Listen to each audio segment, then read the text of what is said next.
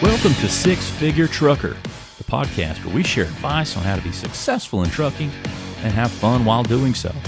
We'll share stories, news, and advice on how to earn six figures in trucking, and we'll speak to guys and gals that are already doing so. Next, it's your host, Justin Scott. Let's get to the show.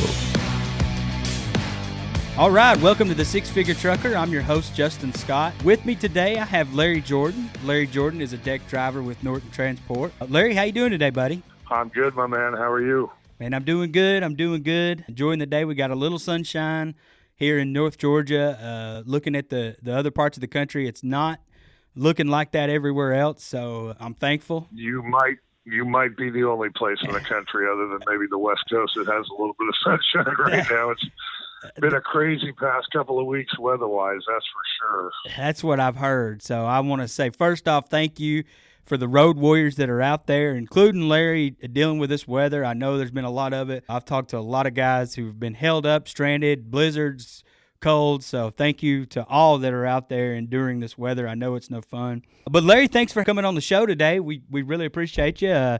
We'll kick it off by saying, what do you have going on? What's in Larry's world right now? Are you currently on a load, or you chilling at the house? What do you got going on? Well, twofold. I am chilling at the house, but it was just a quick stop to grab my tools. I'd been on a series of singles and left my tools at the house, didn't need them. However, I am on a two-way from Heber, California, going to the Bronx, New York. So stop by, do a little bit of laundry, maybe change the wardrobe a bit to head to Arctic and snowy weather. Freshen up a bit. Freshen up, nothing like a home shower.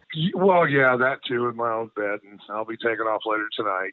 But yeah, on a two-way, it's amazing. Even what a two-way will pay when you're going across the country. Oh, man, I bet. I mean, what a hell of a run.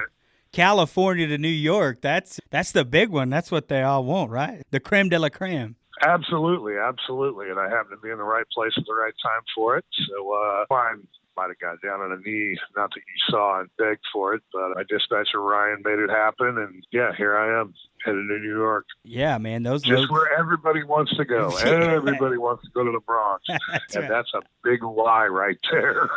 Well, absolutely, and I understand that, but at least you only have two. I mean, good gosh, taking a four-way into the Bronx, I don't know what that would be like, but it doesn't sound fun to me. I don't know that that's possible. It's probably not. I've never heard of a four-way going into the Bronx. My first unit actually drops just outside of New Jersey, so it's a single that's going to end up in the Bronx. But, cool.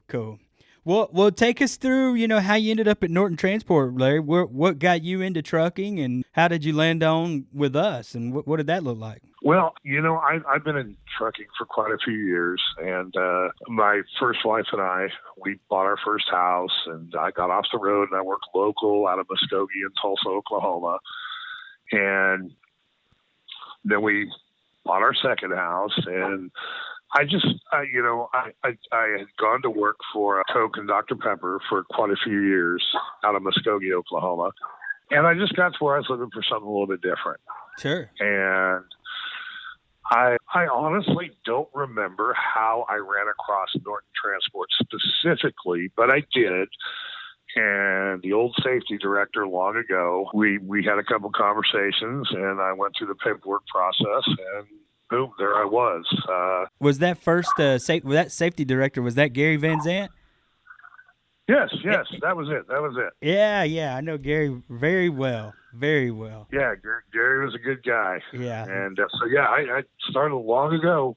My very first load was a bus out of Tulsa going up somewhere in North Dakota in the winter, in the snow. So you've been with us for a while. So when did you decide to go the deck route? So we didn't have deck trucks when you started, and it was a while before we did. So what made you switch over to the decking side, and what was that process like? Well, I took a couple of years off and did some other things. My wife and I adopted 3 kids, and we were having just some issues, all of a sudden a big family, et cetera, et cetera. Oh, yeah. And we, right about time I was looking to go back on the road, my first wife passed away suddenly. And, even though I hadn't been with Norton for about a year and a half, 2 years, Mike Aders always checked in on me, always said hi. We remained friends. Michael called me a couple of times. Renee Deering, our current safety director, would reach out to me every now and then. And Aders just hit me at the right time. He, hey, how you doing? The kid's okay. And by the way, again, are you maybe ready to come back to work? A little persistence there. Oh yeah. But it was all it was all out of love. Sure. I mean, Aders didn't have to call me like he did, but we share sports in common, big fans of football. And even when I wasn't there, we, make our little hamburger and beer bets on whatever day was going on. I still don't know who's ahead of who. We probably owe each other a bunch. But he said, hey, by the way, we're in the deck loads now. And I said, oh, you have my attention. Let's talk about this. And, well, next thing you know, I came back and I got our guy, David, who runs our yard down in Von Ormy, Texas, south of San Antonio. David trained me. Great guy. I don't think there's anybody in this business who knows anything more about decking than David. He does. And here I am. Been back for a good while now. Yeah, and you came back, and I guess, things are going good. Then you got inspired, and I'm going to mention this because you've got a little bit of brand recognition if you're wearing shorts. I'm always wearing shorts.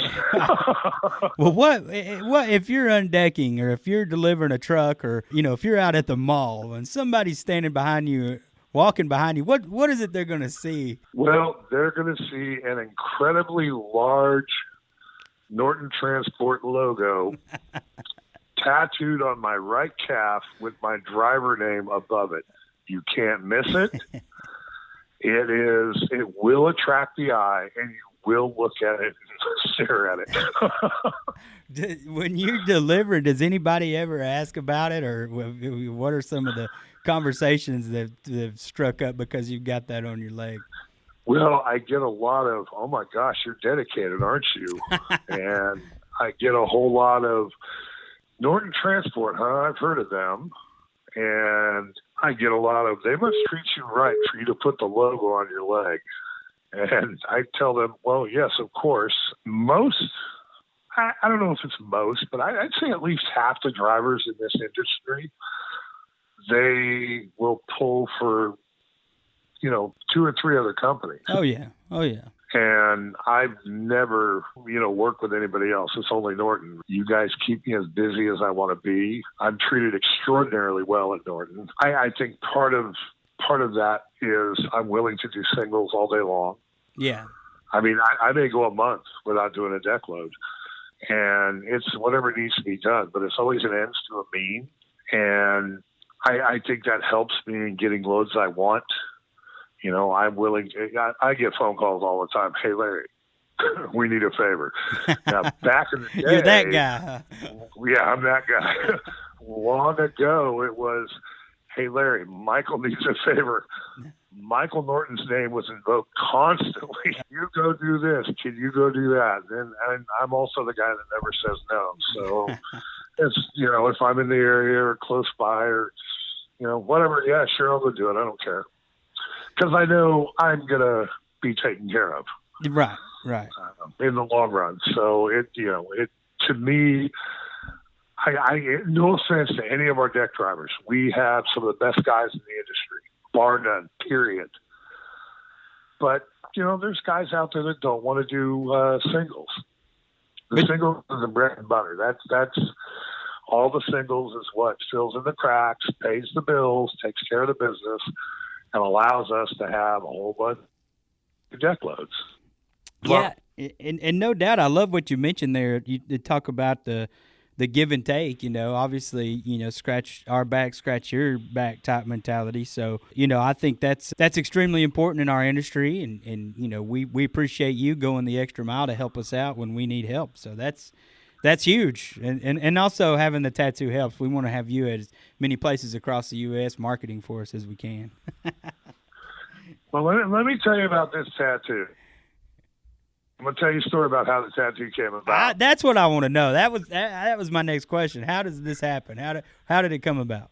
Okay, a couple of summers ago, I was getting ready to fly to Heber to get a load, and I guess Michael and Mike Aders were together, and I was told, well, that Heber load we're going to give to somebody else. We'd like you to go to Virginia and help out shuttling a bunch of trucks. It looks like we're going to have 500 trucks or more that need to be moved around for Volvo, for Amazon. Yes. And we got out there, and myself and a couple other drivers, after a week, it looked like, well, we're just going to need one guy, at least now for the next few weeks. And so I was the guy that was left there, lived in a hotel. Of course, Norton paid for all this. And all I did is shuttle Amazon trucks 9 miles back and forth, staging lots, so Amazon could inspect them themselves. And then they may go back for some upfitting, which is adding extra little gear and tools to the truck, radar, whatever, cell phone holders. I basically lived there for an entire summer and moved 500 trucks approximately 3 times each. Wow. Which was fantastic for Norton, fantastic for us. I remember that project. We got a nice Camry out of it too, the eco-friendly Camry that we still use. I know you remember that Camry well, don't you? Oh yes, we hired a local person that was familiar with Tiger and Volvo and the situation up there, and her name is Melissa, and she became my shuttle driver, and she and I worked together all day, every day for weeks on end. Oh, there's probably 3-4 times we had to call in other drivers to help out for some rough days. Sure. And it worked out nice. There came a point in time where I took a unit down from Volvo. I ran it down to our office and met some of the new people, including you. I hadn't met you yet, and had a meeting with Michael. And we were on a pause while Amazon was inspecting some units. So I was going to go off and do some deck loads and then go back when needed. And in the process of meeting with Michael, you guys Norton had updated their logo just a little bit, nothing crazy. Yeah. But the logo was updated. And I looked at Michael in the conference room at the old offices, and I said, hey, you know what you should do? You should have a contest, see who will tattoo the Norton logo on them and give them some money or something. Have some silly contest, see who's willing to do it. And Michael said, and I quote, I was thinking the exact same thing last weekend. I might have been drinking, but I was thinking the same thing. And I said, I'll do it. You know, I'm in my early 50s. I don't care. I don't have to impress anybody. Yeah, it's a cool story. And he said, really? He said, I'll pay for it. Well, push comes to shove, and a couple of months later, boom, it's on my leg. Oh, that's awesome.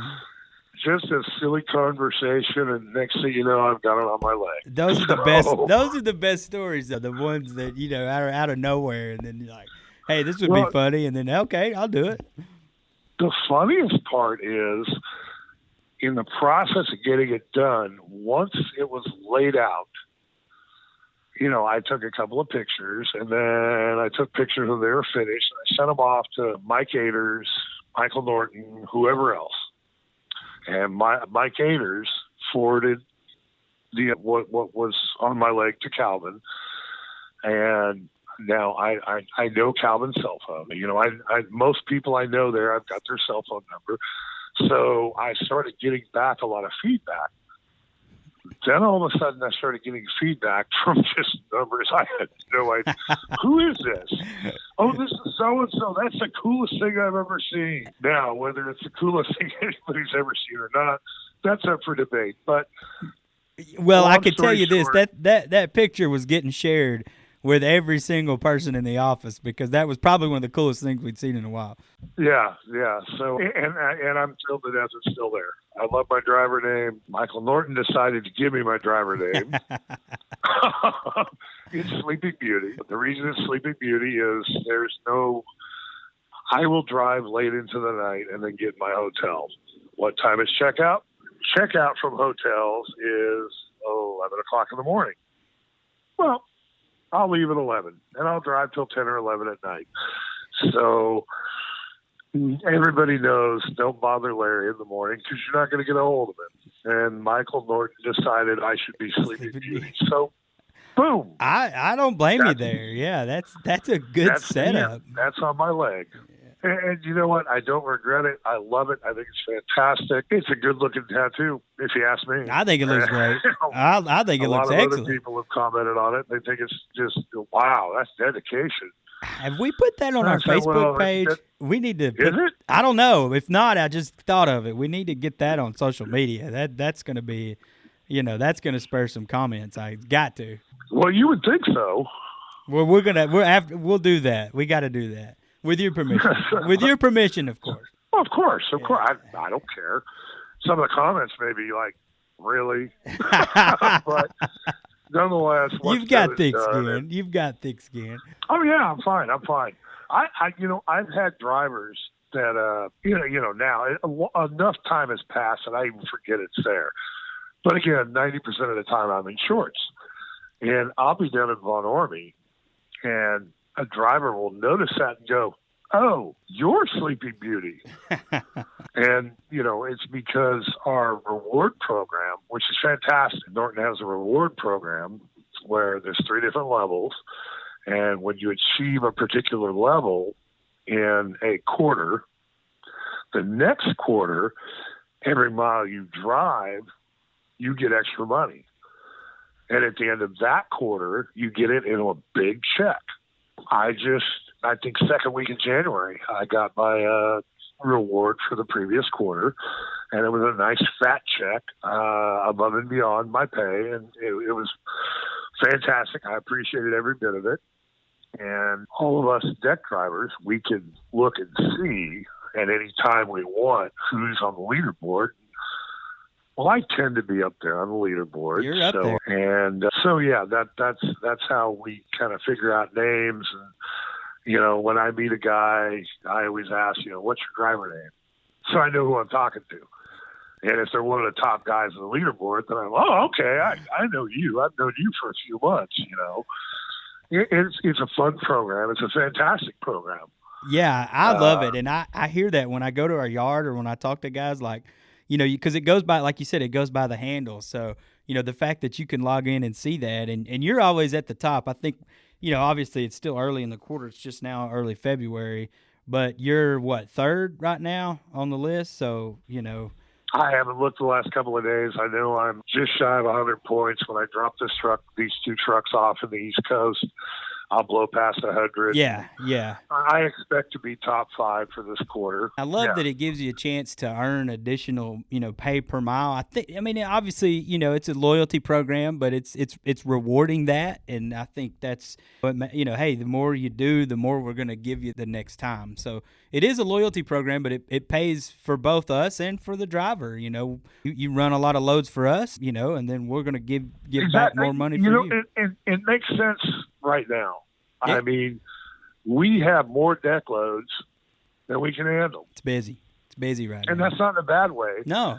We are really one of the industry leaders right now in running deck loads. And I think you're foolish if there's a lot of guys out there, and it's not a problem. They do what they need to do. They make their money through the month. They pay their bills. They've got money in their pocket. And they're comfortable. We've got a lot of, quite a few older guys. Maybe they do it part-time, and that's fine. Yeah, that's fine. The guys that do this full-time, this is an incredible incentive because it puts, I'm not going to say how much, but I had a huge smile on my face when I got my incentive. No, say how much was it? I didn't even look back. How much was yours? I had a terrible October and November. and I still pocketed right close to $1,000 extra money. Just in incentives. And I really did. I had it happens to everybody. I had a 3-way used deck load that had multiple breakdowns on me and the drivers after me. For me, I had a terrible October and November. I had some personal issues with family. My fourth quarter just was not fantastic, but I still produced enough to put $1,000 in my pocket. And I'm off to a blazing start this quarter. So I expect that, I'd like to think I'll at least double that for the following quarter. Yeah, I think so. Yeah, and fourth quarter, I know, December too. It's usually tough. We had a good December though, so that was good. But I know you had some hiccups along the way. But yeah, I mean, you could earn up to 8 cents, a mile for every load, in addition, exactly, for every load that you did, for one quarter. And depending on how many loads you run, that adds up. And what's really neat about that program is when you see your settlement figures for a load you did while you're in your bonus period, you can see exactly what you're going to get when that quarter's over. Yeah, it itemizes. You don't get it right then and there. Right. But when I started seeing that, you're like, wow, that's awesome. Well, it adds up. Yeah, and that was a good visual to show because, Absolutely. It gets hidden. Like, when you get it, oh, cool, I got it. But you don't really see what it took to get there, however much you end up getting on your bonus. But to actually see it for every load and then see it add up, I think for me, I'm a visual guy, so I have to, I want to see it. If I get paid, I know how much it was, but I want to log in. I want to see it. I don't know why. That's just me. So I think it's cool to see that itemized on your pay. Oh, absolutely. Absolutely. I'm that guy too. It's, the first time I started noticing that Norton was doing that, I'm like, oh, wow, that's cool. By the way, I want to give a shout out. Yeah. In my opinion, to the hardest working person at Norton Transport. Yeah, please shout it. Becca. Yes. Oh yeah, thank you. Becca does all our pay. She deals with the settlements for all our rental cars, which there's hundreds and hundreds of those. I can only imagine what Mondays look like for Becca with pay being turned in. She's on top of her game 24/7. And I just don't believe Becca gets, at least from the drivers, I don't think Becca gets her due. Becca has been there forever. Great young lady, soft-spoken, super nice. I've known her for a long time, and I think Becca is fantastic because she is the one that hammers through getting our pay on time. Yeah, I mean, no doubt. I appreciate the shout out, and I can't wait to tell her that, we got a shout out on the podcast for her because no doubt, I mean, she does. She comes in, she puts her head down and she grinds it, and you won't hear a lot from her, but it's because she's down there working, and her role is so vital to the operations of what we do, so she gets it done, and she gets it done well, and she gets it done efficiently. So thank you for that. Yes, very, very much so. I love Becca to death. She's a fantastic young lady, and I just don't think she gets her due, nor do most drivers understand what she has to go through to get us paid. Yeah, it's a process, and she grinds it. I mean, boy, she grinds it. So thank you. Well, speaking of pay, so I guess take me through. You did singles, and you do singles now, but can you what is the formula, or is there a Larry Jordan formula that works for you in terms of making the most money? Let's say in a quarter or even in a month, maybe, if you want to break it down to be that granular. You're going to throw some singles in there. You're going to do some deck loads. What's the money like with singles and deck, and what's the best formula for you where you have a successful month or quarter and you can look back and say, okay, that's how you do it. That's what I need to do every month or every quarter. Well, for me, it's always keep an eye on the load board and know where I'm going and see what might be in front of me in a couple of days, and then think, do I want to get on an airplane and waste my entire day to fly back to Von Ormy, fly to Heber, fly wherever, or do I want to grab that single and maybe spend a couple of days getting it delivered, but I'm going to get myself right back to where I need to be or close to where I need to be. Right now, here comes another favor.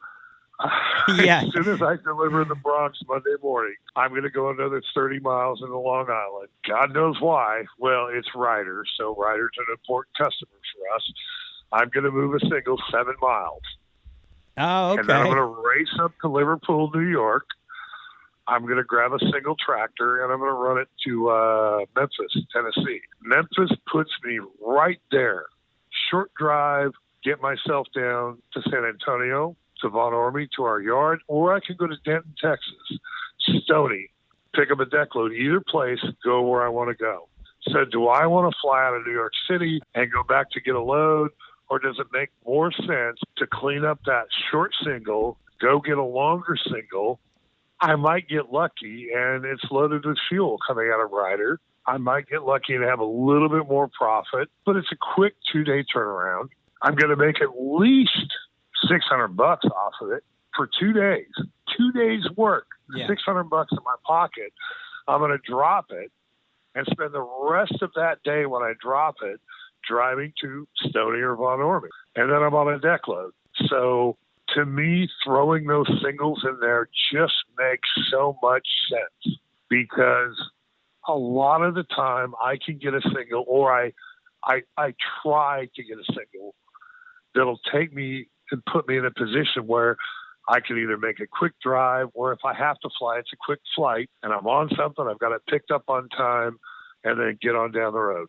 That makes a lot of sense. And I think you just kind of hit the nail on the head for me of why you're constantly at top of the leaderboard. It's the planning, the load planning that's there, reducing expenses, reducing deadhead and downtime as much as possible. There's always going to be deadhead and downtime, but I think you're planning ahead. And now that I think about it, you've got to be a dispatcher's dream when you're doing that much planning by yourself, because I'm sure by the time you call your dispatch, Larry's already thought of a plan. Am I accurate or not on that? No, you're correct. And it's not because he's newer. I was the same way with Mike Aders. My first dispatcher, believe it or not, was Renee Deering. Oh, wow. And Renee is our current safety director. Renee and Nicole were my first dispatchers. Nicole's back, right? I do. I talked to her here a while. Well, I did a refire out of Oklahoma City for her here a while back. Awesome. We're glad to have her. I love Nicole. Nicole and Renee are fantastic. I love them to death. I'd punch a guy in the forehead for them. They are fantastic ladies. Hell yeah. I think Renee needs to probably work on decaf. She can't help herself. Renee just does not like to be behind on anything. But, hey, she is fantastic. After about 3 months there, Mike Aders came on board. Mike's a longtime friend of, I think Mike came out of the medical industry. He did. For a long time. Yeah, he did. That's right. Yeah, he did. And he's a longtime friend of Calvin. Oh, they go the owner of the company. way back. Played basketball together. Grew up together. Yeah. And I love Mike. I was, that was one of my conditions to come back, but Mike was my dispatcher, and Michael Norton said, done. That lasted a short period of time. Aders was moved up, had some other responsibilities, and I got this new young punk, some kid named Ryan. Yeah, you got the young buck, didn't you? And I'll tell you what. Well, as it was with Aders, I was told, well, he's got to have somebody that's good. A minor hiccup here and there, but it's probably more my fault than Ryan. I have a particular expectation, and, my grumpy old ass probably put a little more pressure on Ryan that was needed from time to time. But Ryan's a great young man. He's a really good dispatcher. He's still learning, but you've got to figure your drivers out. You've got to figure out what they want, when they want, how they want. And Ryan and I have a fantastic relationship. And I try always, because it's in my benefit. And, I'm out here making money for me first and foremost and my family. You guys are secondary. That's just how it is with any driver. Anybody tells you anything different, they're lying. No, that's the absolute truth. I'm not doing this for fun, so I feel you. Right. I try to be extraordinarily proactive. And so like now, what's going on? with the current loads I'm on. I call Ryan and we talk about it. Oh, hey, yeah, that makes perfectly good sense. So I guess in a sense, a bit of a percentage I dispatch myself, but that's just, I'm proactive. I'm looking at what's going on. I'm looking at what's ahead. You know, back in the day, it used to be, we had a lot of jobs, singles, only singles, maybe not as many, you know, nowhere near as many drivers as we have now. And if I was in a particular location, you know, aiders would give me 5 or 6 jobs at a time. Okay, go run all of these out of Ehrenberg to San Francisco. Cool, I haven't done it in X amount of days. I'll talk to you later. Yeah. And, you know, things have changed. It's, you know, a different way. We pick up a load, we log into the load, we get our fuel money, et cetera, et cetera. But you pay attention to the load board. You get a good relationship with your dispatcher, and you just work together. And there's no reason you can't succeed. You put your time in. You do the singles in between deck loads. You do things that make sense, that make Norton and you money. There's no money made flying on an airplane all day. That's true. But at the same time, sometimes that's what you got to do. But I would like to think, you know, I'm not special, but Norton, even in between singles, I've been there long enough. I've paid my dues. I don't say no. I do favors. Whatever needs to be done, it's got to get done. And in the end, I'm going to get what I need to take care of me. So Norton is real good about, they pay for my rentals. I get stranded in the snow. You know, there's been a handful of times, not a lot, but there's been a handful of times where, okay, Larry's stuck for a couple of days. We're going to take care of his hotel. But I think I've earned that. Absolutely. You, from the beginning, you've been around a long time and helping us out the way you do. I mean, there's got to be some benefits for doing that somewhere, if you know. Yeah, there is. And I think more guys should realize that. I think that's where some of the drivers miss the ultimate mark down the road. And I would like to think their dispatchers would consider that or think about that. Just do us this one little favor. Move that unit, and then we're going to put you on a beast. Yeah. But, you know, as with any business, some guys are, you know, this sounds really crappy, but some guys are a little short-sighted. Some guys don't see the long haul, the big picture.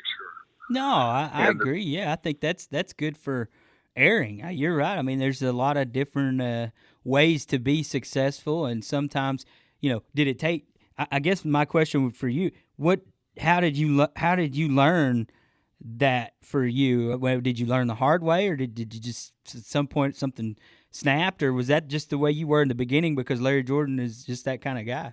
I think it was in the beginning. It doesn't take but 5 minutes to understand that if you're going to do singles, and back when we only had singles, you need to be able to get some distance in your singles to make any money. Right. So if I'm willing to do all these short ones, right when I began, my first load, I told you, was a bus up to North Dakota. And then I had a tractor at a Little Rock going wherever the hell it went, Chicago, somewhere outside Chicago. And then from up there, I ran a couple of box trucks back and forth, like over to Pittsburgh, something like that. I ended up with a load going to North Carolina. And Nicole called me and said, "Hey, Larry, Michael needs a favor." Okay. Well, we're going to get you in North Carolina all the way to, I think they took me out to California. Wow. It was a monster single, paying good money. And I got lucky and the fuel tanks were full. Oh, yeah. But when you get there, we need a lot of help at Ehrenberg. And Ehrenberg, Arizona, which is right on the border with California, right next to Blythe, California, right on I-10. Right. There's a huge Morgan body plant there. Seasonally, usually, like starting right about now for the next couple of months, there is the potential to be massive, massive business out of there. So they wanted me to help out. And, you know, this is back when I had a tow vehicle. They wanted me to run a bunch of whatever I could handle. I was doing little 200-mile jobs, 300-mile jobs, 500-mile jobs up to the Bay Area, whatever it took. And at that point, I was actually gone from home 67 days. Wow. But did what needed to be done, met up with a guy, trained a guy while I was at it. We ran doubles for weeks. We were there. We were there so long that the hotel we used would let us leave our stuff and not charge us for the room until we came back and actually were in the room. Oh, that's nice. So that's how long we were there. And it was great. It was fine. And then when the time came, I trained another guy, and they had me come out of Southern California, and we went all the way to the East Coast with singles. So it, worked out fantastically. But it doesn't take long to learn what's going to actually put money in your pocket, because when you're on the road, you've got to stay somewhere. And in new vehicles or in box trucks or whatever it may be, you really can't sleep in them, although back in the day, you could just lay over in the seat and sleep. Yeah. Sleep where you can. Yeah. But, you've got to figure out your hotels and your food expenses and stuff like that real fast. And I think I did pretty well back then. And now with deck loads, it's a little bit different. You've got a little more money in your pocket. You've got a little more leeway with your decision making as far as how you're going to spend your money. So I think I figured it out pretty quick. What's the best way to make money and what's the best way to keep money in my pocket. And I've just gone from there. And, sometimes you take the good with the bad. Yeah. It's not always, it's not always sunshine and rainbows out there, No, I picked up a unit in Yuba City. It turned out to be kind of a repo for one of our really good customers in Minnesota. I know a brand new unit to bring back. Yeah, Well, I'm just not going to say names. Yeah, you're cool. Yeah. But, obviously, you guys called me and said, hey, before you leave the area, there's a whole bunch of Amazon trucks that need to be moved 70 miles. Okay, I'll do it. Good money. It was good money. Then after the fact, I find out they're CNG. Then after the fact, I find out they have to all be washed, which every wash, the average wash time was 90 minutes. What? As far as sitting in line. Oh. So what I thought was going to be a 3 or 4 day job turned into an 8-day job? Yeah, that sucks. Then you've got to get an Uber back. Of course, Amazon took care of the bills. But the time where I thought I was going to do 3, 4, 5 units a day, just knock it out. No, it averaged out to 2 units a day, and that's all there was to it. There was no choice. The longest time I spent in line before I got washed was just over 2 hours once. Gee. Now, you do that twice in a day, and that just eats your day. That's dead. That's dead day. That's 4 hours of wasted time. Yes. But when you added it up, and all of a sudden done, even after hotel and food, I still made some money. It was okay.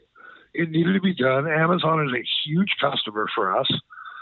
So it was fine. It was okay. I don't mind situations or issues like that because I know that down the road, again, I've already said this once, I did what Norton needed done, and I'll be taken care of down the road.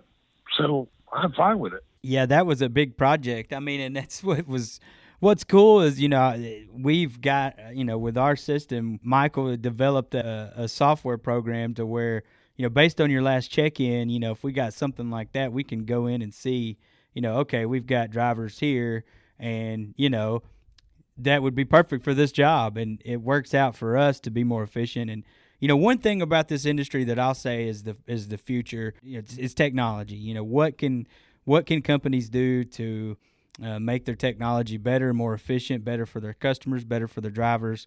And if you're not, if you don't have that mindset, you're going to be left in the dust. So I'll say that is we're constantly trying to make it easier on you guys. Sometimes it's trial and error though, and as I'm sure you're aware. Well, of course. But hey, I get upset just like anybody else gets upset. And it may be the wrong day, and you get upset over the little things. But you get over it 5 minutes later, and you understand that, oh, hey, It'll all be fine. We're humans. Of course. And we're family. And hey, we try to treat everybody like family. You know, that's our motto. Calvin is, you know, he started this business, you know, delivering school buses on the weekends, working at Bluebird, driving a forklift, working on the assembly line. And then, you know, that family atmosphere where at one point it's him and his brother and, you know, him and Michael. And, you know, it's been a family company. And so as we grow and we get more drivers, we get more employees, we get more trucks, you know, to keep that gets harder. But it's something that he talks about a lot. And I love that. And I think that's what attracts a lot of employees and a lot of drivers to us. Is Calvin Norton. I'll say this about Norton, the Norton name. Yes, we have grown. And I say we because I don't work for anybody else. Yeah, and I haven't. We. You say we. Yeah. Norton has grown exponentially, and so some of the more personal. I mean, it's nobody's fault, but some of the more personal contact has kind of stretched away a little bit. But when push comes to shove, it's there if you need it.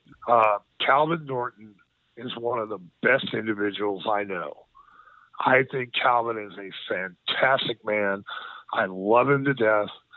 He is honest up front, period. If Calvin says something, that's it. And it's truth. And he really, really cares about us, drivers. Michael, his son, is a fantastic young man. He is honest, and he really, really, he's not a fan of nonsense. The family is very honest. They're very upfront. And if there's an issue, if there's a little something, whatever it may be, they will make it right. There's no bullshit. It's upfront. This is it. There's no crap. And I hear, you know, I've got drivers that run for other companies. I know Norton drivers that have moved on and they run for other companies. And they have to deal with nonsense every now and then. Michael Norton does not ever want a driver not to get his pay. I know this for a fact. So Norton Transport is just, to me, based on what I know, and I've got a couple of stories to tell you about a couple other companies. I won't mention their names. No, please. Yeah. We tell you some of the nonsense we've gone through that I have personally seen. But I again, there's a reason I have never run for anybody else, and I won't. I won't run for anybody else. I don't care what's on my leg. I don't care if I put pants on and you don't see it. I'm only going to run for Norton because I know how they're going to treat me, and what they say is what they are going to do. End of story, period. And, you know, somebody out there may say, well, I get paid this for this and this and this. Really? Prove it to me. Drivers talk, you hear stories, you hear bullshit. Yeah, you know, there's... When you hear bullshit, you know it's bullshit. I've heard, yeah, you get that, you know, hey, I get this. Like, wait a minute, what? Let me see that. And then, you know, show me a notebook paper with some scribble on it. Nah. Yeah, no kidding. Let me tell you about a company out in Arizona. That's all I'm going to say. Sure, A company out in Arizona that does what we do for a living, at least as far as singles go. A few years ago, myself and another driver, a guy I trained, we were hauling a couple of trucks. We were going up into San Francisco overnight. The best idea to get into San Francisco is go in overnight so you don't have traffic. Sure. And then all we did is we just laid over the bench seat of these box trucks out of Ehrenberg. And at 5 o'clock in the morning, the Penske guy would bang on our doors to wake us up, and we pull in, deliver, and take off. And we cruise right on out. No traffic coming out. And that was just our best idea. So I was probably about halfway up there, and I needed to stop and use the restroom and stretch my legs. It just hit me. Need to stop and take a break. Yeah. Get a little fresh air. Yeah.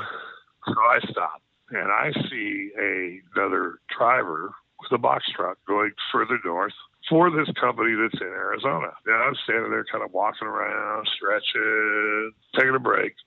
The young man walks up to me and says, hey, who do you run for? And I told him, and he goes, oh, well, I work for so-and-so. I said, okay, cool, great. How you doing? And he said, are you a 7-day driver or an 8-day driver? I said, what? Yeah.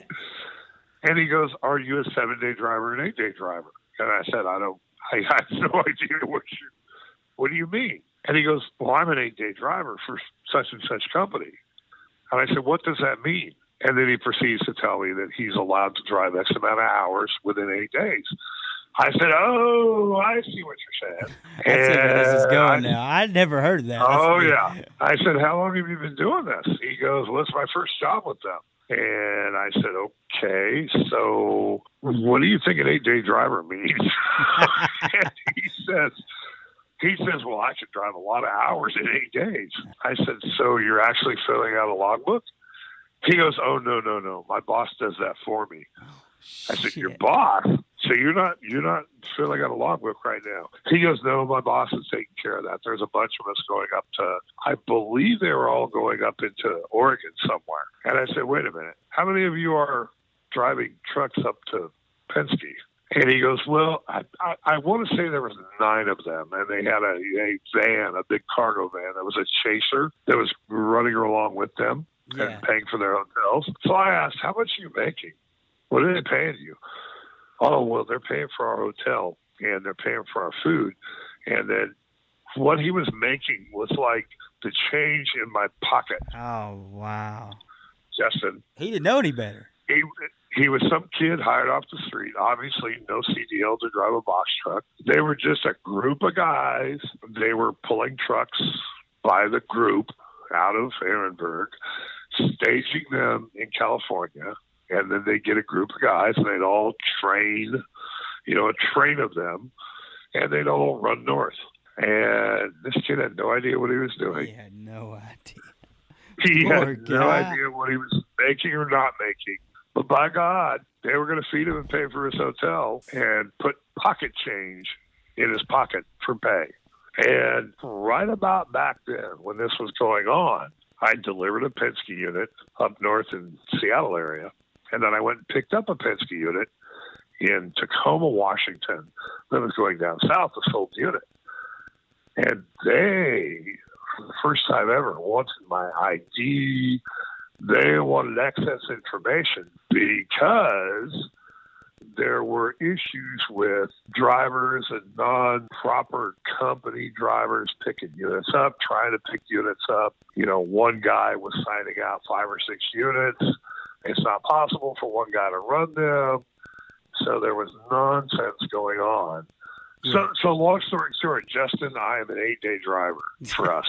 I like how you into that. Oh, that's good. That's good. So there are some shady companies out there that are... I'd never heard that. That's crazy. Oh, yeah. This is an actual transport company. I'll privately tell you who it is. But they will pull out groups of trucks going to a particular area, and they will take cut rate people hired off the street to move these trucks.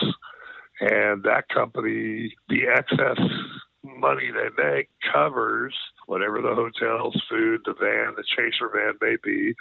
And then whoever's filling out the logbooks for these guys that are 8-day drivers. Wow.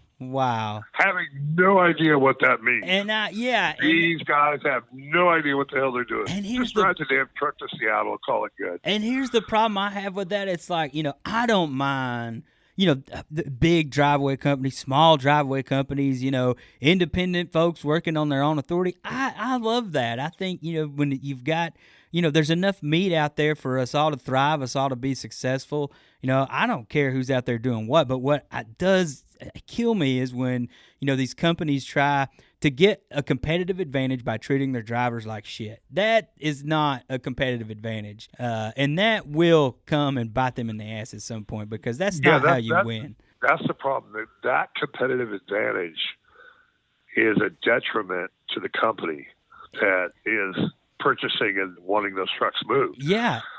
Penske would be mortified to know that Joe Blow off the corner needing a job for the day is moving their trucks just because Joe Blow has a license. But Joe Blow has not been checked to see if that license is valid. He hasn't gone through the process that we have to go through to be insured to move trucks.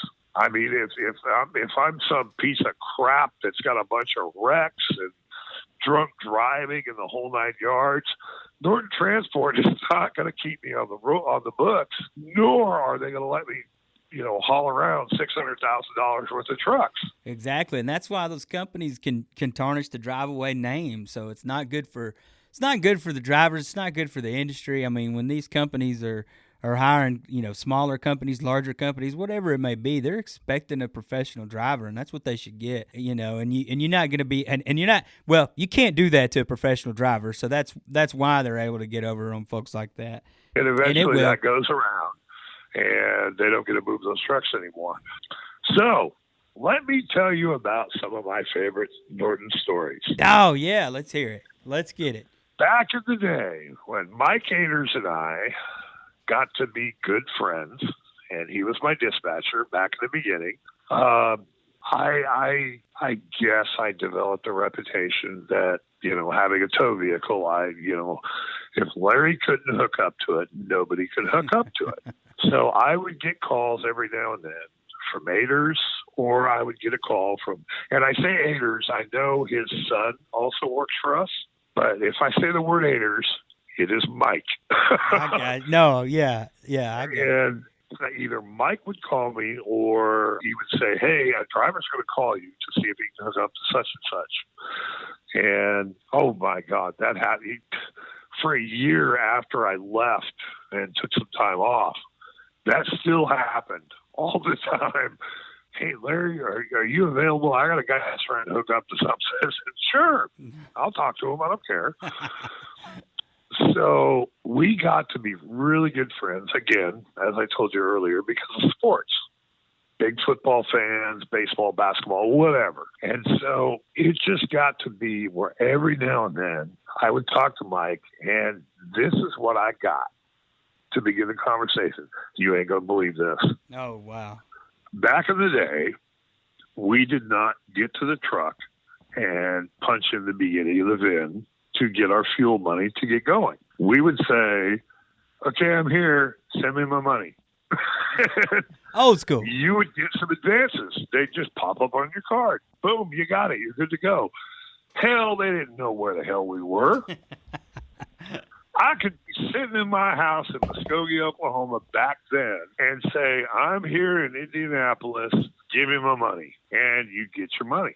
So one of my favorite stories is Mike Haters. You ain't going to believe this. I said, let me hear it. Apparently, and this is with any company, apparently we would have drivers with gambling problems.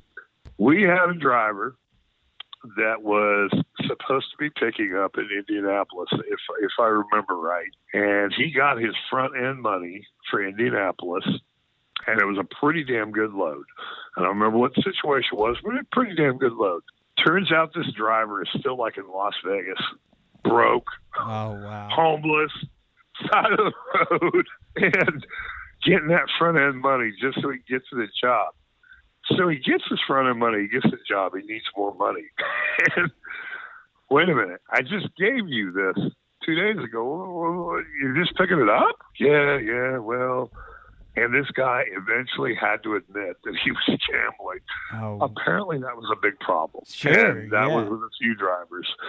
We had drivers back in the day that would say they picked up a vehicle or they're there to pick up a vehicle and they never picked it up. They quit the company. I mean, back then it was, and every company dealt with this. Nonsense after nonsense. I personally had a guy that was supposed to go with me, and we were going to take some UPS trucks out of Stillwater, Oklahoma, down to Florida, and he had gotten his money. I couldn't get a hold of him. I had to take my truck, never heard from this guy again, and Norton was almost on the verge of having me go file the paperwork in Oklahoma to sue the guy. Wow. And yeah, then apparently the guy got a hold of him and they worked it out, whatever the situation was. But yeah, those those kind of nonsensical things back in the day when everybody wasn't quite as hooked up as they are now with technology and and that's what's cool. Advancements in technology have helped our industry, and I mean, one bad app. I mean, sometimes you wouldn't even think that you need to put something in place until somebody goes and does that. Then you're like, oh shit, what if more people do that? We're screwed. So it was. Oh yeah, there was a lot of that. Every now and then, you get a new rule or a new procedure or something. You just think to yourself, well, somebody fucked that up. I said a bad word. Sorry. Who gives a shit? Truck drivers are listening to us, and whoever else. Yeah. Who gives a shit anyway? I've seen some rules and some text messages and emails come down the pike over the years that you have to think to yourself, okay, somebody did that. That's why we can't do that anymore. Right? Yeah. No. And here we are learning the hard way. Like, damn, we need to put something in place to prevent that or whatever. And you wouldn't have. You wouldn't have thought that. So no, I get that 100%. Yeah, there's been a lot of stuff out there, but yeah, I think it's a fantastic way to make a living. If you're good at this, I think I'm pretty good at this. I'm not the best. I'm never going to say I'm the best, but I'm pretty good at what I'm doing. I'm pretty good at getting myself around the U.S. Well, the load board shows that. You coming in on top means you know what you're doing somehow. And, there's good with the bad. I think a lot of our drivers need to probably rethink how they run their business. There's a good handful of drivers that have been with us for a while that are very, very good, that are friends of mine, and we talk constantly. There are guys out there that I know that could probably increase their revenue and do a better job if they were willing to throw some singles in there, fill in some gaps. It would probably work out for them better in the long run. But bottom line, there's enough work out there. There's too much work out there right now. This time of year, Justin, historically should be tough. Right now, there should be guys sitting at home because it's slow and we're not really ready to pick up yet. But for some reason this year, we are exponentially busier than last year at this time of year as far as what's on the board. And if guys are willing to take the good with the bad, those guys, in the end, I'd like to think are going to be remembered for taking the good with the bad. And when push comes to shove, they're going to be able to request and get that better load. And there's good damn money out there to be made. Great money. Well, Larry, I've enjoyed it, man. I couldn't agree with you more. But, I'm going to shift gears a little bit before we wrap it up. And I do this because I love to talk about this. And maybe you care, maybe you don't. But I always talk about this at the end of our podcast. As long as you've been in the business, as long as you've been in trucking, what is one or any of your favorite places to visit in terms of eating? What is your favorite food or your favorite restaurant, or what is somewhere out there that you can give us that we just need to go? We got to try it because it's the best you've ever had, whether it be a margarita, whether it be a taco, whether it be a steak, whether it be a burger. Where do you go? I got to be honest with you. DoorDash. Hell yeah. I'm going to tell you right now, it's been so tough since COVID started. It's been a different world out there, hasn't it? It is. Chinese food. Yeah. I'm a Chinese food freak. And I'll be honest, I can't remember the name of the place, but I was doing some work out in West Sacramento. And then I was back in Sacramento and able to order food from West Sacramento when I was doing those Amazon trucks. And there's a Chinese place. I honestly don't remember the name, but I love Chinese food. I love sesame chicken, and this place is fantastic. So for me, I'm a big Chinese food guy. I can save myself extra fees, and I tend to order double so I can heat it up in the microwave the next day at a room at a hotel. I cook a ton at home. And in fact, my daughter was so excited that I was going to stay the night last night here at the house that, Dad, can you cook dinner for us? I'm like, oh my God, I just want to go to bed. This guy here, yeah. Oh, she goes, well, we were wanting to try salmon. Oh, what? Yeah, wow. So I cooked salmon for my daughter. I had to go to the damn store with her. You just don't have that laying around. Oh yeah, exactly. Salmon's just not. Oh, it's over in the cupboard. Yeah. So I'm probably not the best guy to answer that question. No, that's good. Hey, I love hearing that, because that's different strokes, different folks. DoorDash is huge. Everybody that knows me, I'll either order heavy on KFC so I can heat it up again the next day, or it's Chinese food. I like it. I try to think about bang for the buck and no fee the next day. Yep.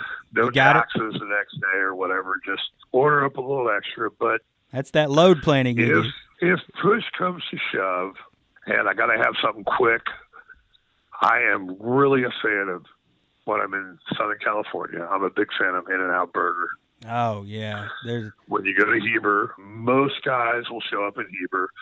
Half of us anyways will show up in Heber, get our trucks ready, go to a hotel, the next morning take off. I'm a big fan of hitting In-N-Out Burger. Yeah, the first time I went was last year. It's 2 years ago now. Sorry, I don't even know where time goes. COVID, But we went out to California, to Palm Springs for this big, trucking event, the UTA convention, and, we stopped by an In-N-Out, and damn, I was hooked. Place is awesome. In-N-Out Burger's fantastic. It's awesome. Fantastic. Awesome. So if it's got to be a quick fast food thing and I've got a minute, anytime I'm in Heber before I go to my hotel, I will make sure I grab In-N-Out in El Centro, California. Boom, go to the hotel, eat it. I'm happy. Next morning, get my load and go. Ready to go. Well, Larry, man, that's great. I've enjoyed it. I appreciate you coming on. I know I've taken up some of your home time. I know you got to head out. You got things to do. But you're fine. I'm happy to do it. Well, I appreciate it. Six Figure Trucker is brought to you by Norton Transport. Norton Transport is a drive-away trucking company that customers can rely on. It offers excellent independent contract driving opportunities to professional, courteous, and qualified drivers that can provide the kind of service we deliver. If you're interested in learning more about Norton or just want to subscribe to the show, check out 6-figuretrucker.com. That's 6-figuretrucker.com.